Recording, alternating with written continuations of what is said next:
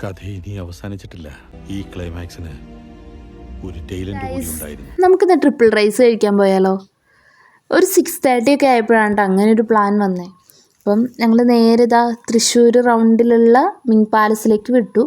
കാര്യം ഞങ്ങൾ ഡയറ്റ് കാര്യങ്ങളൊക്കെ ആയിരുന്നെങ്കിലും തൽക്കാലത്തേന് നമ്മളതൊന്ന് മാറ്റി വെച്ചു കേട്ടോ. സംഭവം അടിപൊളിയായിരുന്നു.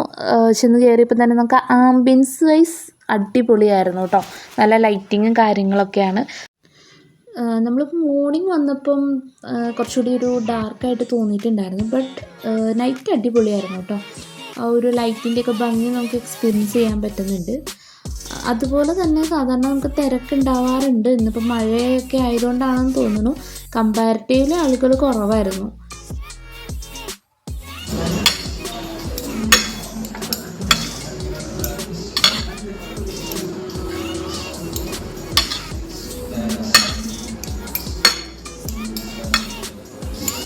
അതുപോലെ നമ്മൾ ഓർഡർ ചെയ്തിട്ടുണ്ടായിരുന്ന ഇവരുടെ ഒരു മാസ്റ്റർ പീസ് ആയിട്ടുള്ള ട്രിപ്പിൾ റൈസ് തന്നെയായിരുന്നു കേട്ടോ.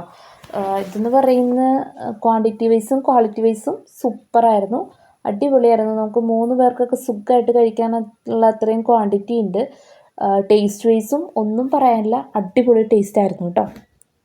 അപ്പം ലൊക്കേഷൻ വരുന്നത് നമ്മുടെ രാഗം തിയേറ്ററിൻ്റെ നിയറസ്റ്റ് ആയിട്ടാണ് മിങ് പാലസ് വരിക. കഥ ഇനി അവസാനിച്ചിട്ടില്ല.